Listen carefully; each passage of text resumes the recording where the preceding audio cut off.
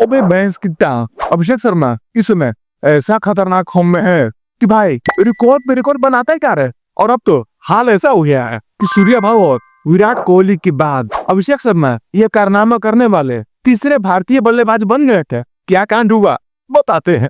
तो भाई लोग, अभिषेक शर्मा के अंतर्राष्ट्रीय क्रिकेट में डेब्यू करने के बाद पूरे क्रिकेट समाज में खौफ फैला दिया।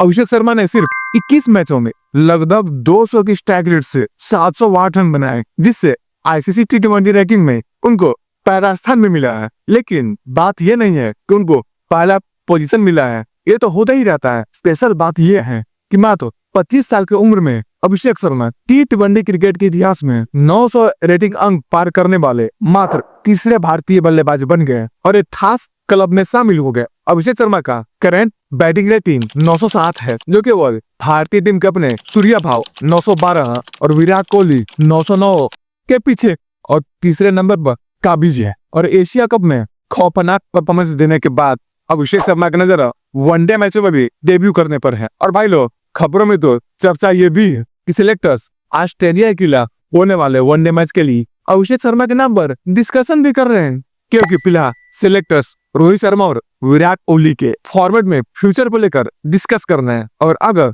कहीं रोहित शर्मा और विराट कोहली किसी को भी किसी भी कारण ड्रॉप किया गया तो अभिषेक शर्मा की डायरेक्ट एंट्री होने वाली है। वैसे देखा जाए तो अभी ये पॉसिबल नहीं है, क्योंकि विराट कोहली और रोहित शर्मा को वनडे से रिप्लेस करना इतना आसान किसी के लिए भी नहीं होने वाला जब तक वो खुद ब खुद रिटायरमेंट ना लेने। चलते हैं अगले न्यूज की। ये भैंस की टांग, इस एशिया कप में पाकिस्तानियों की रोने की आदत जा ही नहीं रही है। अब क्या हुआ बताते हैं। तो बात ऐसा है भाइयों, ग्रुप विशेष के बाद सुपर 4 में भी टीम इंडिया ने पाकिस्तानियों को कुटाई करते हुए एक बार फिर लत मार के बाहर किया है उस मैच से। लेकिन उसी मैच के दौरान बड़ा बखेड़ा खराब हो गया था। कौन सा वाला? तो बात ऐसी है भाई लोग, टीम इंडिया को इस मैच में पहला विकेट हार्दिक पांड्या ने दिलाया था। पांड्या ने फखर जमान को विकेट के पीछे संजू सैमसन के हाथों से कैच कराया, लेकिन फखर जमान अपने विकेट से खुश नहीं थे। क्यों बताते हैं। उन्होंने उस दौरान रिव्यू भी लिया था, किसके लिए कि सैमसन विकेट के पीछे कैच को नहीं पकड़ पाए। लेकिन रिप्ले में साफ साफ दिख रहा था कि जब सैमसन ने कैच लिया था तो उनके ग्लव्स बॉल के नीचे थे। लेकिन ये तो ठहरे पाकिस्तानी, उनको जो लगता है वही सही, बाकी सब गलत। आउट होने के बाद पवेलियन जाते समय फखर जमान ने ऐसे रिएक्ट किया जैसे कि वो नॉट आउट थे और उन्हें गलत तरीके से आउट दिया गया है, मतलब कि उनके साथ बेईमानी हुआ है। तब भैंस की था। और ये तो छोड़ो, पाकिस्तानी कोच माइक हैसन भी फैसले से नाराज हो गए थे और अब पाकिस्तान क्रिकेट बोर्ड ने इस कैच को लेकर आईसीसी में लेटर लिखकर कंप्लेंट किया है। उनके साथ चीटिंग हुआ है। यहाँ तक कि प्रेस कॉन्फ्रेंस में पाकिस्तानी कप्तान सलमान आगा ने भी कहा था कि गेंद सैमसन के ग्लव्स में जाने से पहले ही ग्राउंड को टच कर गई थी। अब इन भैंस की टांग को कौन समझे कि भाई रिप्ले को भी एडिट नहीं किया जा सकता है, वो लाइव चलता है और पूरी दुनिया ने देखा कि गेंद ग्लव्स में थी। खैर छोड़ो, इनकी आदत तो रोने वाली है, ये रोते रहेंगे और आईसीसी को लेटर लिखते रहेंगे, हमें क्या। चलते हैं अगले न्यूज की ओर। ये भैंस की टांग, टीम इंडिया के खिलाफ 4 कैच छूटने के बाद शतक बनाने वाला शायद ज्यादा कराने का है कि मैंने सेलिब्रेशन में बंदूक चलाया, उसका मुझे कोई पछतावा नहीं। मतलब देख रहे हो बेशर्मी का हद, गजब टोपी बाज है ही हो। तो क्या हुआ, बात ऐसी है भाई लोग, इंडिया और पाकिस्तान के मैच के बीच भले ही पाकिस्तानियों की थुकाई हुई हो, लेकिन उस मैच में 4 कैच छूटने के बाद पाकिस्तान के बैट्समैन शायद ज्यादा फरहान 50 मारने में कामयाब हो गया था और उस 50 को सेलिब्रेट करने के लिए गन शॉट स्टाइल का यूज किया। वो बल्ले को बंदूक की तरह चला रहा था और कुछ और ही इशारा कर रहा था। और मैच के बाद इस सेलिब्रेशन का उसका जमकर आलोचना भी किया गया, लेकिन वो ठहरे कुत्ते का दुम जो कि कभी सीधा होने वाले नहीं। और भाई ने प्रेस कॉन्फ्रेंस में साफ साफ कहा है कि उस सेलिब्रेशन का मुझे कोई पछतावा नहीं। और भैंस की टांग कहा कि मैंने वैसा ही सेलिब्रेट किया जैसा मैं करना चाहता था, मुझे नहीं फर्क पड़ता है कि कौन क्या कहता है, जो मेरा मन में आया मैंने किया। तो भैंस की टांग, जब टीम इंडिया के प्लेयर्स को मन में आता है कि हम हैंडशेक नहीं करेंगे तो तुम उछलते काहे हो पे,